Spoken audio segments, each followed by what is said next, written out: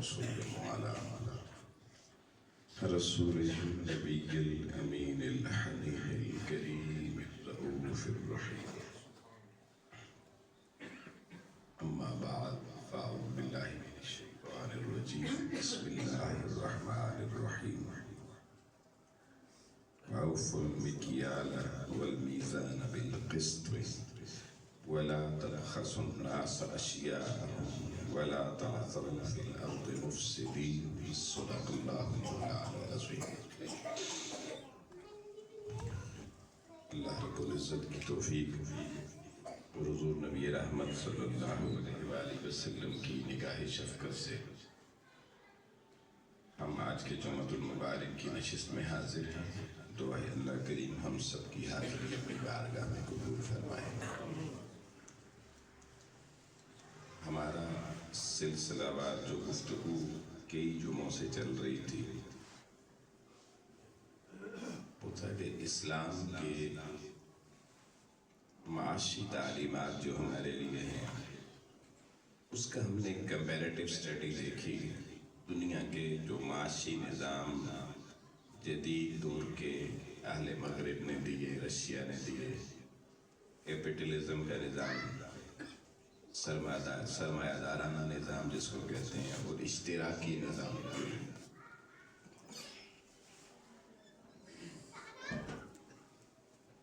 اس کے مقابلے میں اسلام کے جو تعلیمات معیشت ہیں اس کی افادیت اور اہمیت کیا ہے، اس حوالے سے ہم نے پچھلے جمعے کو گفتگو کی تھی. میں گفتگو کا تسلسل قائم رہے اور آج ہم کوشش کریں گے اس عنوان کو ہم روک دیں کسی مقام پر.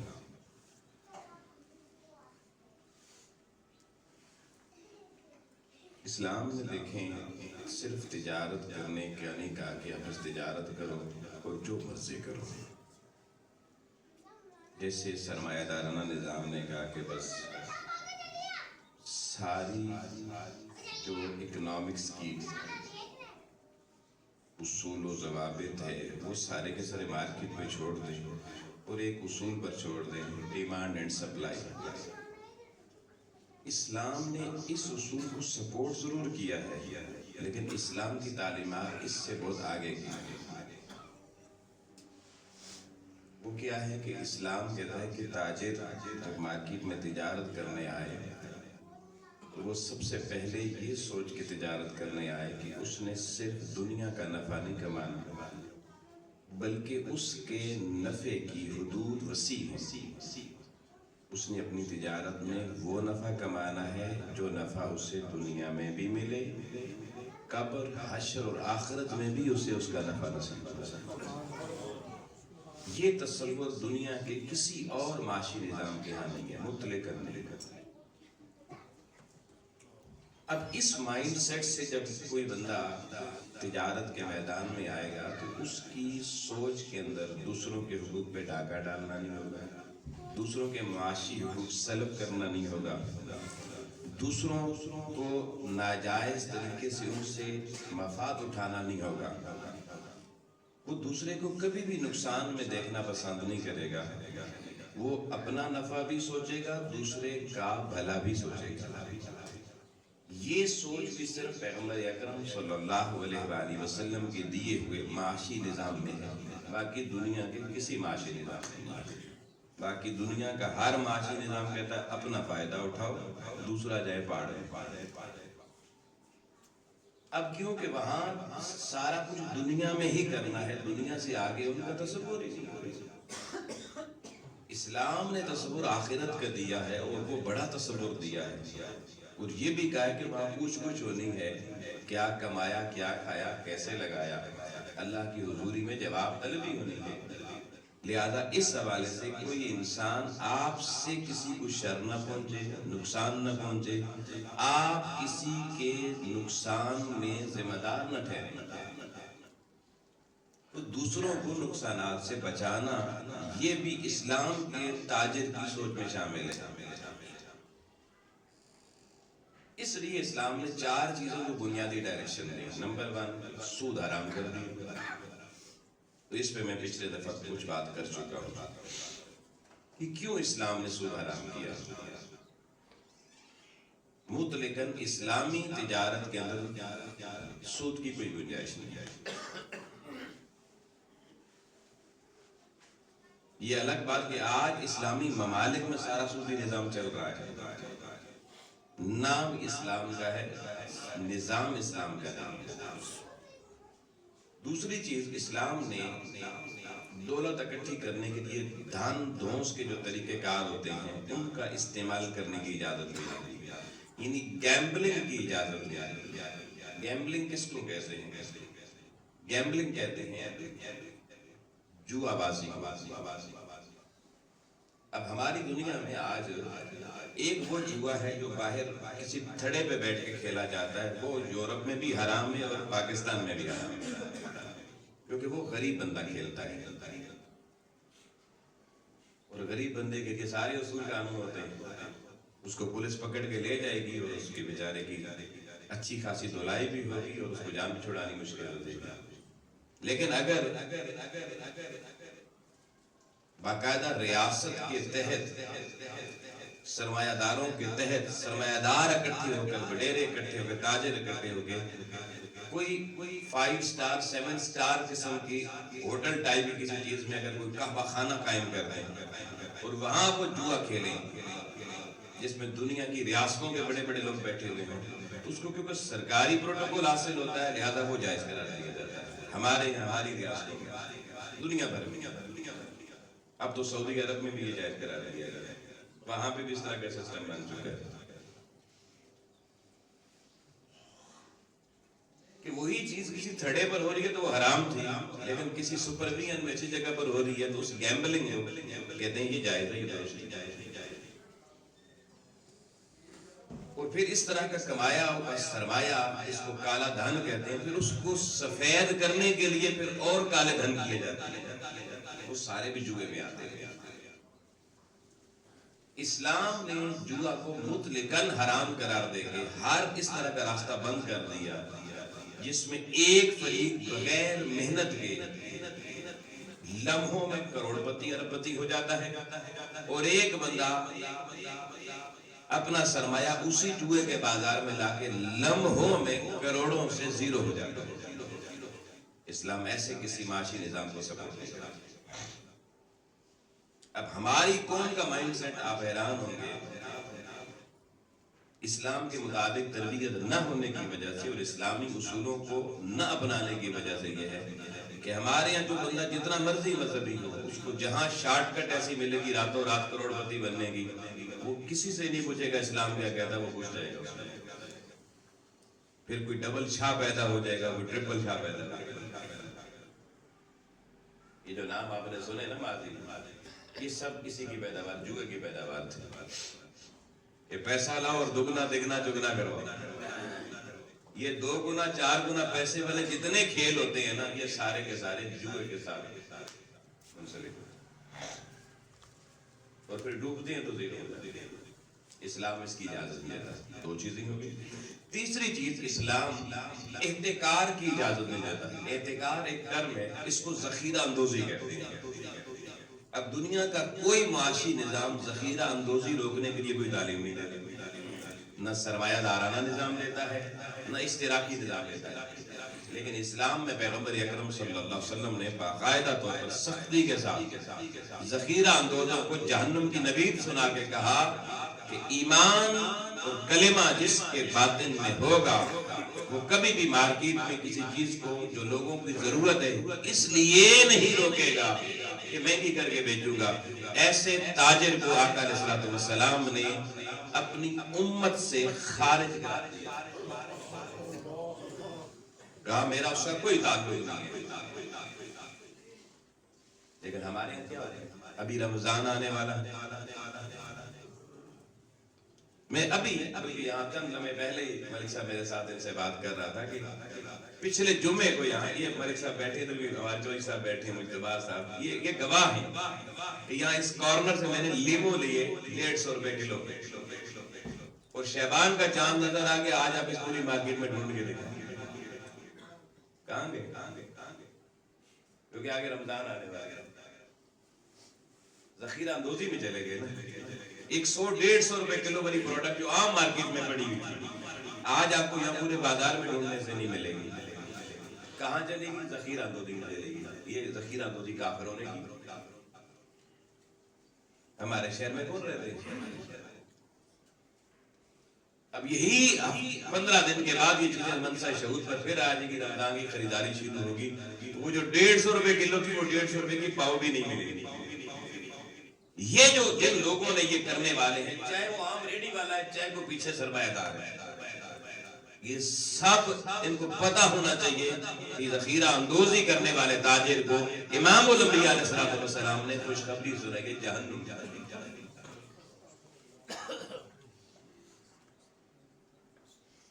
لیکن ہمارے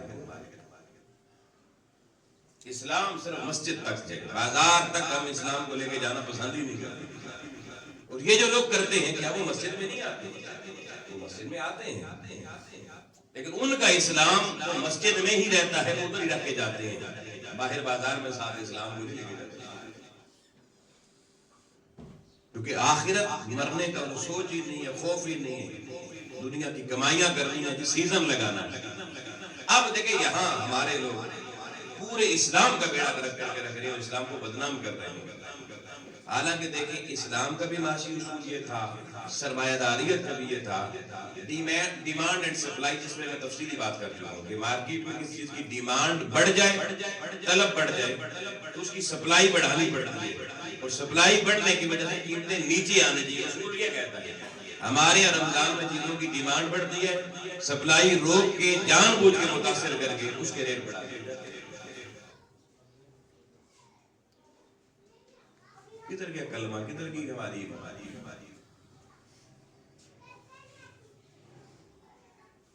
اور آپ اس طبقے کو سمجھانا چاہیں وَهُمْ لَا يَشْعُرُونَ.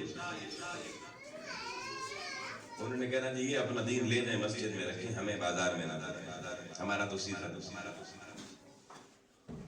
تو ذخیرہ اندوزی سے اسلام نے سب چیزیں بنا دی. چوتھی چیز ہے اس کو کہتے ہیں اقتناز. اقتناز کیا چیز ہے؟ اقتناز یہ چیز اسلام کہتا ہے کہ اگر آپ پہلے تینوں اصولوں پر عمل کر کے تجارت کر رہے ہیں، آپ سود سے بھی بچ رہے ہیں، آپ جوئے سے بھی بچ رہے ہیں، آپ ذخیرہ اندوزی بھی نہیں کر رہے، تین چیزیں آپ نے کر لی. اب اسلام کہتا ہے کہ جو آپ کو پروفٹ ملے گا آپ کو کاروبار میں، اس پروفٹ پہ آپ کے اوپر خود اپنی ذات پہ بھی حلال تب ہوگا جب آپ اقتناز نہیں کریں گے. اقتناز کیا ہے؟ کہ دین آپ کو اس میں سے جو حصے الگ کرنے کا حکم دیتا ہے، زکوٰۃ، صدقات، غریبوں کا حق، وفی اموالہم حق للسائل والمحروم، جب تک وہ حصے نہیں نکالیں گے وہ ساری محنت سے، سود سے بچا کر، جوئے سے بچا کر، ذخیرہ اندوزی سے بچایا ہوا سرمایہ بھی آپ کی اپنی ذات پہ لگانا بھی حلال نہیں.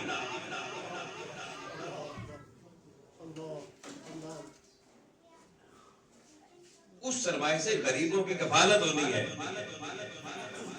تاکہ معاشرے کے اندر یہ جو کلاسز ہوتی ہیں نا، lower class, middle class, upper class, یہ نہ وجود میں آئے.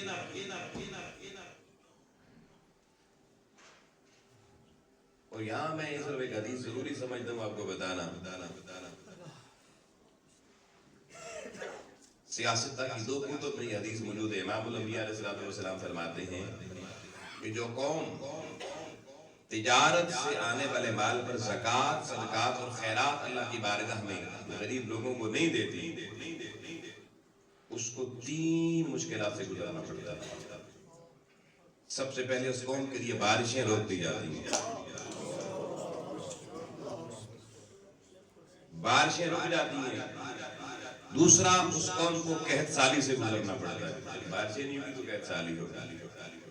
اور تیسرا، اس قوم کے اوپر ظالم بادشاہ متعین کر کے وہ ظالم بادشاہ آتے ہیں جو اس قوم کی املاک کو نقصان پہنچانا شروع کر دیتے ہیں.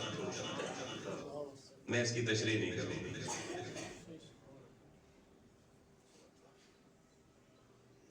وہ ظالم بادشاہ جو قوم کی ملکیت کی املاک ان کو نقصان پہنچانا شروع کر دیتے ہیں، وہ متعین کر دیتے ہیں. اقتناز صرف بندے نے کیا روکا؟ زکات روک دی، صدقات روک دی. دنیا میں یہ 3,000 اور آج دیکھ رہے ہیں. تو یہ 4 اصول دیکھیں پیغمبر اکرم صلی اللہ علیہ وسلم نے تجارت کے باب میں اسلامی اصول معیشت کے طور پر ہمیں دی. اس کے بعد آگے بڑھی. میں نے جو آیت مبارکہ آپ کے سامنے پڑھی ہے قرآن مجید کی سورہ ہود سورہ نمبر 11 اور اس کی آیت نمبر 85. اللہ پاک نے فرمایا اوفوا الکیل یا قوم، اے قوم ترازو پورا رکھو، تول میں کمی نہ کرو. اب یہاں ایک جملہ لوں گا. ایک بندہ آپ کے سامنے چیز تولتا ہے اور آپ اس کا کانٹا دیکھتے ہیں کہ وہ 1,000 گرام کا کلو گرام ہے، 1,005-10 گرام. آپ مطمئن ہو کہ اس نے چیز صحیح تول لی. آپ گھر میں آئے، آپ نے جب وہ شاپر سے چیز نکالی تو دیکھا اس میں 2 دانے خراب تھے. وہ تل گئے، اس کی پیمنٹ آپ ادا کر کے آئے. اس ڈالنے والے کو پتا تھا میں یہ کام کر رہا ہوں، اس نے اب آپ کو 2 دانے نکال کے تولے، بدل کم ہو جائے گا. اس شخص نے بھی پورا تول لیا، حرام کمایا، حرام بچوں کو جا کے کھلائے گا. اب اس پہ وہ بندہ دلیل کیا دے گا بیچنے والا؟ وہ کہے گا میں نے منڈی سے لیا تھا تو میں بھی تو پیسے دے کر آیا تو میں بیچوں کیوں نہیں؟ یہ وہ جواب دے گا لاجک کا. اب اس کا جواب یہ ہے کہ آپ جب خود لوٹے تو آپ نے اصول یہ گھڑا کہ میں نے بھی لوٹنا ہے. اگر آپ کے گھر میں چوری ہو جائے تو کیا آپ محلے میں لوگوں کے گھر میں چوری کیا کریں گے؟ یہ اصول کہاں سے ملا؟ اس کا معنی یا تو یہ کہ آپ یہ سمجھتے ہیں کہ رزق میرا وہ جس گندی چیز کو میں بیچ رہا ہوں اس کے اندر پڑا ہوا ہے. وہ نادان، ہوش کر، اللہ نے تیرا رزق چیزوں میں نہیں رکھا. چیزیں صحیح بیچ، بندوں کو دھوکہ نہ دے، نہ دے. اللہ کہتا ہے تو دھوکہ نہ دے، رازق اوپر بیٹھا ہوا ہے، وہ اپنے خزانوں سے تمہیں عطا کرے.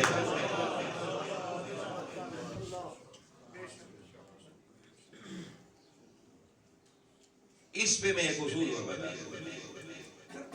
حضور علیہ الصلوۃ والسلام نے فرمایا حرام چیز کی تجارت اللہ نے حرام کی، اور حرام چیز کو جس کو اللہ نے حرام کر دیا اس کو بیچ کر اس کی کمائی کو بھی اللہ نے حرام کیا. یہ صحیح بخاری کی حدیث نمبر 2076 اللہ نے حرام کر دی وہ کمائی.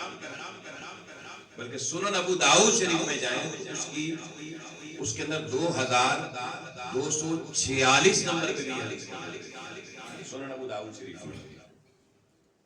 بلکہ حضور نے یہاں تک اس حدیث میں فرمایا اللہ بنی اسرائیل پہ لعنت کرے کہ اللہ نے ان پر چربی حرام کر دی تھی. چربی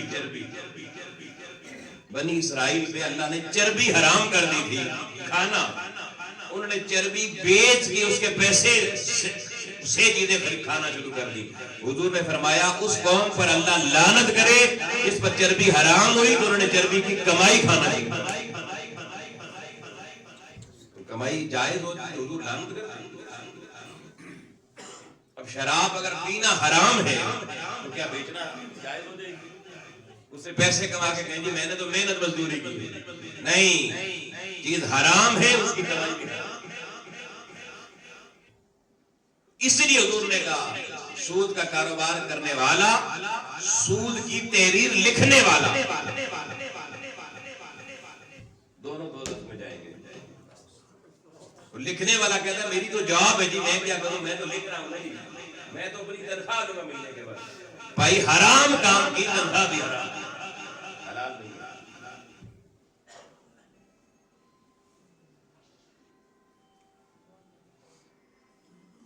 اپنے رویے اور سوچ کو بدلنے کی ضرورت ہے.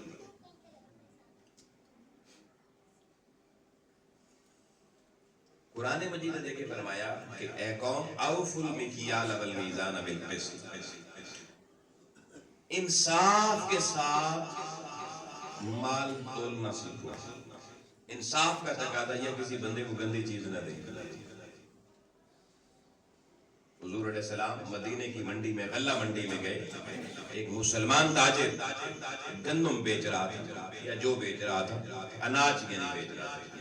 آپ صلی اللہ علیہ وسلم اس کے پاس گئے تو آپ صلی اللہ علیہ وسلم نے خود، کیونکہ آپ ریاست مدینہ کے سربراہ تھے، آپ نے اس سے ایک بوری کھلوائی اور اس بوری کے اندر اپنا ہاتھ دستے مبارک ڈالا، آگے تک لے گئے، آگے سے دانے نکالے باہر میں، وہ گیلے تھے۔ یہ بھی صحیح بخاری شریف کی حدیث ہے۔ جب اس کی بوری سے حضور نے یوں کر کے نکالے دانے، اسے پوچھا یہ کیا؟ اس نے کہا حضور رات کو بارش ہو گئی، پانی اندر آ گیا، مال گیلا ہو گیا۔ حضور نے فرمایا اوپر سے بوری کے منہ کے پاس خشک دانے، اندر گیلے، تو نے ایسا کیوں کیا؟ تجھے چاہیے تھا یہ گیلے دانے نکال کے اوپر ڈالتا تاکہ خریدنے والے کو پتا چلتا کہ مال میں گنا۔ اس موقع پہ پیغمبر اکرم صلی اللہ علیہ وسلم نے لوگوں فرمایا اللہ کی عزت کی قسم، لوگوں جو شخص اپنا مال بیچتے ہوئے کسی شخص کو دھوکہ دے گا وہ محمد عربی کی امت سے نہیں ہوگا۔ لیس منی، حضور نے کہا وہ مجھ سے نہیں ہے، میری امت سے اس کا کوئی لینا دینا نہیں۔ آپ اگر کوئی بندہ کہے گی نہیں جی مسلمان دیکھیے آج دھوکہ دے رہے ہیں، جھوٹ بول رہا ہے، مسلمان نہیں دھوکہ دے سکتا۔ کیونکہ جی امتیوں کا حال دیکھو جی، وہ جی مجھے امتی نے گندے انڈے دے دیے۔ وہ اللہ کے بندے امت کو بدنام نہ کر، میرے محبوب 14 صدیاں پہلے بتا گئے، اس کی شکل نہ دیکھ، اس کا نام نہ دیکھ، میں محمد عربی پہلے سٹیمپ لگا کے جا رہا ہوں۔ قیامت تک وہ شخص جو مخلوق خدا کو دھوکہ دینے والا ہوگا وہ سب کچھ ہو سکتا ہے، مصطفیٰ کا امتی نہیں ہے۔ دین مصطفیٰ کو بدنام نہ کریں۔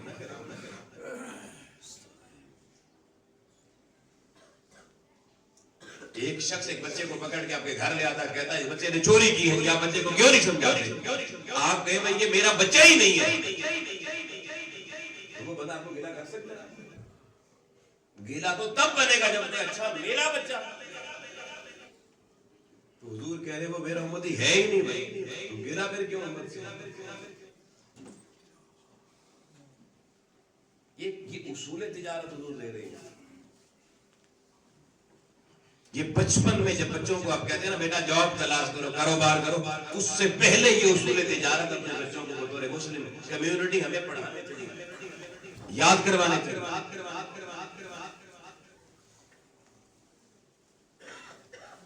پھر انہی اصول تجارت پھر حضور پہلے یہ آیت سنائے، پھر فرمایا وَلَا تَبْخَسُوا النَّاسَ أَشْيَاءَهُمْ،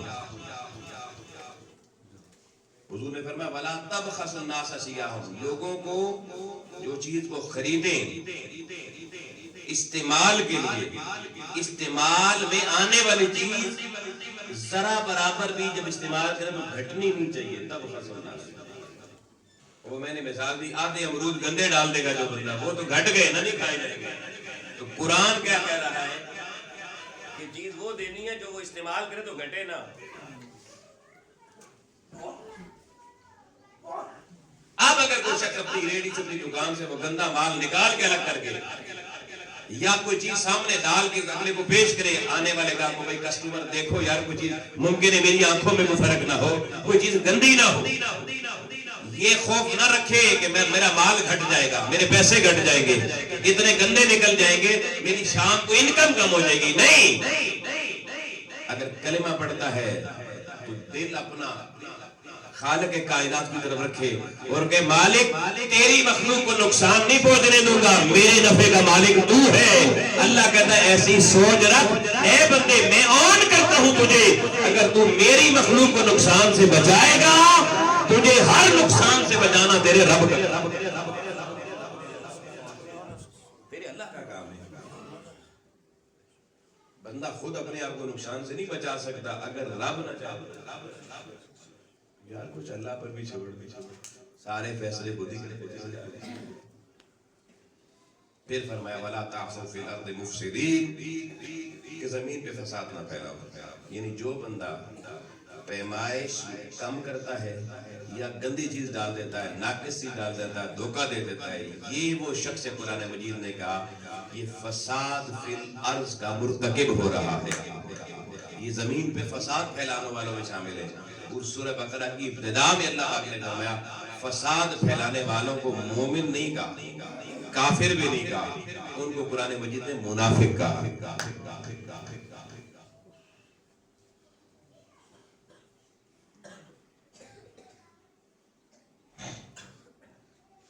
اب آپ آبے کے نام لکھیں، حضور رحمت عالم صلی اللہ علیہ وسلم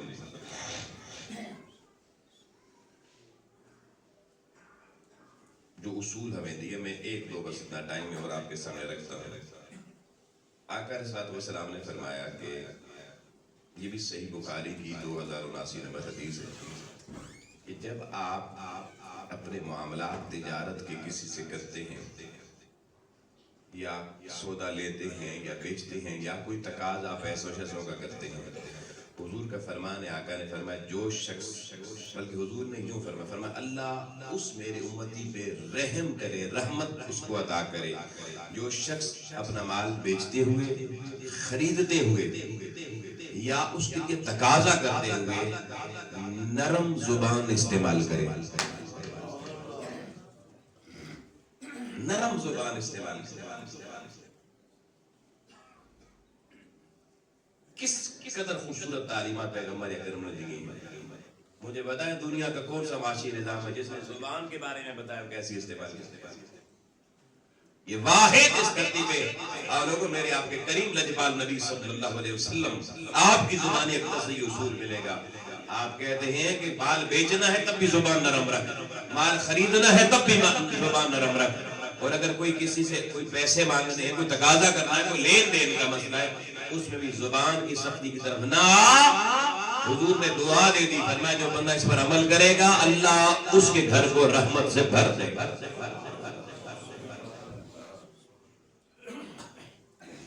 پھر اسی حدیث میں حضور علیہ السلام نے فرمایا ایک اور اصول دیا، فرمایا جب کسی کے ساتھ سودا کرو تو سارے معاملات طے کر لیا کرو۔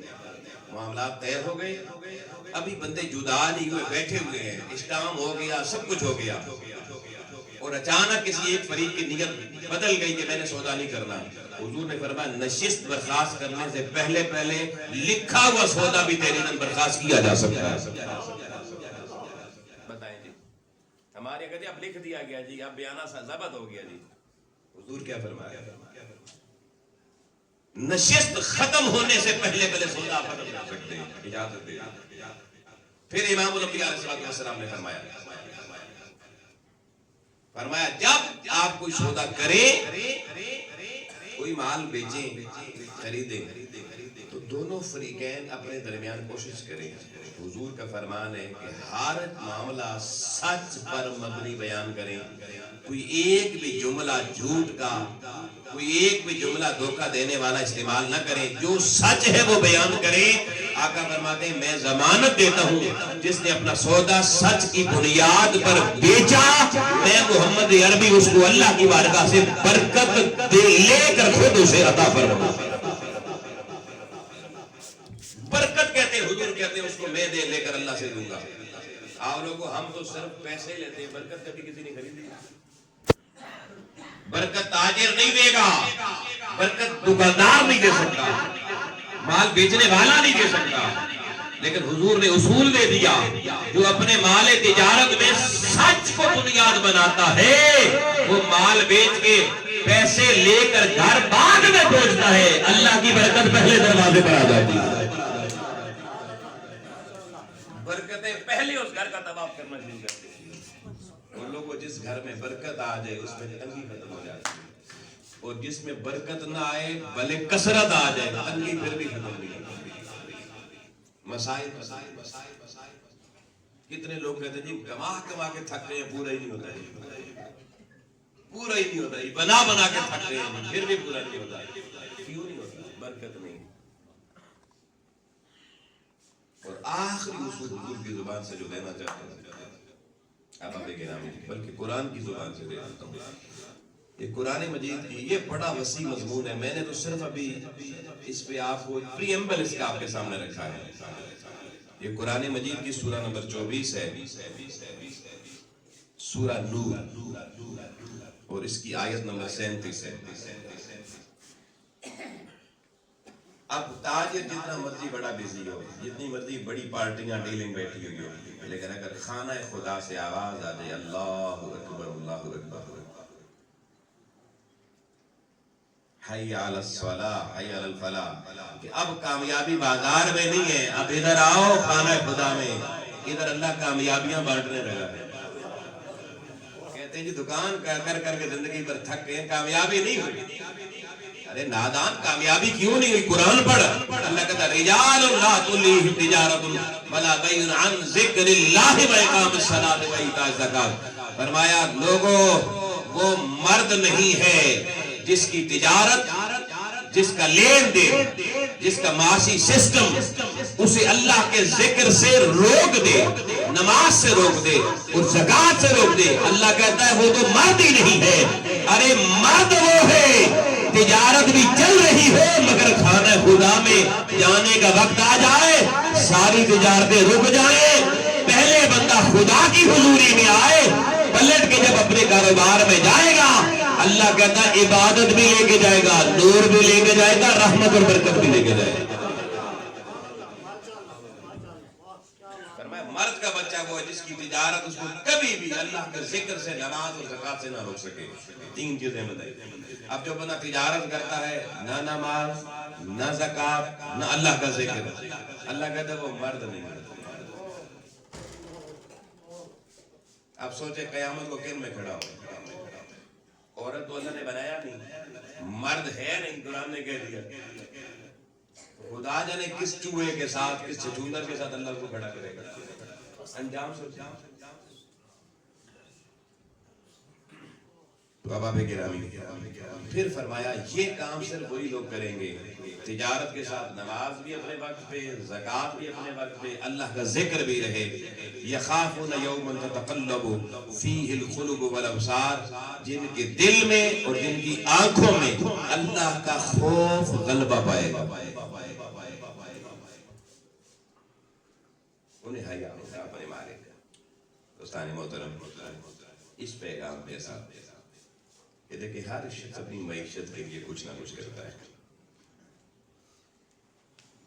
میں آپ کی خدمت میں بڑے احترام سے یہ گزارش کروں گا یار کچھ تھوڑا وقت نکالیں، کسی اچھے سکہ عالم کے ساتھ جو آپ کو پسند ہے اس کے ساتھ بیٹھ جائیں، اس سے کہیں یار مجھے صرف کاروبار حلال کمانے کے حوالے سے قرآن و سنت کے دیے ہوئے معاشی اصول ایک دفعہ باقاعدہ اس طرح مجھے سمجھاؤ کہ میں لکھ دوں، مجھے لکھوا دو تاکہ میں گھر میں اپنے بچوں کو بھی یہ تربیت کے طور پہ سکھا سکوں۔ یقین جانیے اللہ تعالیٰ کے محبوب نے فرمایا کہ اللہ کے بنیادی ارکان اسلام کے فرائض کے بعد دوسرا فریضہ وہ کاروبار حیات میں اور معیشت کے فرائض کو صحیح معنوں میں ادا کرنا۔ اس حوالے سے ہم بہت بھول بھلائیوں کا شکار ہیں۔ آپ یہاں کسی ریڈی والے کے پاس جائیں نا، بعض وقت آپ کوئی ایک دانہ اٹھا لیں، بھئی یہ صاف دانہ مجھے ڈال کے تو گندہ نہیں، تو وہ آپ کے ساتھ بدتمیزی ہوتا رہے گا، نہیں لینا تو چلو جاؤ۔ اصول یہ اس شخص کو گریباں سے پکڑ کر اس بازار سے نکال دینا۔ اصول یہ کہتا ہے کہ مسلمانوں کے بازار میں ایسا گندہ آدمی، گندہ بات تو سمجھ میں آ جاتا، گندہ بندہ نہیں سمجھ میں آتا۔ اس کا معنی یہ کہ وہ گندہ مال بیچنا چاہتا ہے، دھوکہ دینا چاہتا ہے، وہ پورے بازار میں اپنی نجاست اور نحوست پھیلانا چاہتا ہے۔ میں کہتا ہوں حکومتیں واقعی بڑی بڑی حکومتیں ناجائز تجاوزات کے نام پہ تو بہت آپریشن کرتی ہے، کبھی وہ ایسا آپریشن نہیں کرتا۔ پیسے لوگ دیں اپنی مرضی کی چیز بھی نہ خرید سکے، کیا بازار اس کو سودا کری گئے۔ بہرحال یہ جب آپ اپنی نسلوں کی تربیت کریں گے، آج میں کل انہی نسلوں نے آگے جا کے پھر مارکیٹ، سودے، دکانیں چلانی، ریڑیاں لگانی سکھائی۔ ہمارے بچوں نے کرنا ہے، جب انہیں سکھایا ہی کچھ نہیں ہے تو انہیں کیا کرنا ہے؟ وہی کرنا بدتمیزی جو معاشرے میں آتے ہیں۔ اللہ کی بارگاہ میں دعائیں مالک و مولا ہمیں رزق حلال کے لیے جو فرائض دینی ہیں ان سے اپنی غفلت ترک کر کے راہ حلال اختیار کرنے کی توفیق عطا فرمائے۔ باقی دعوانا الحمدللہ۔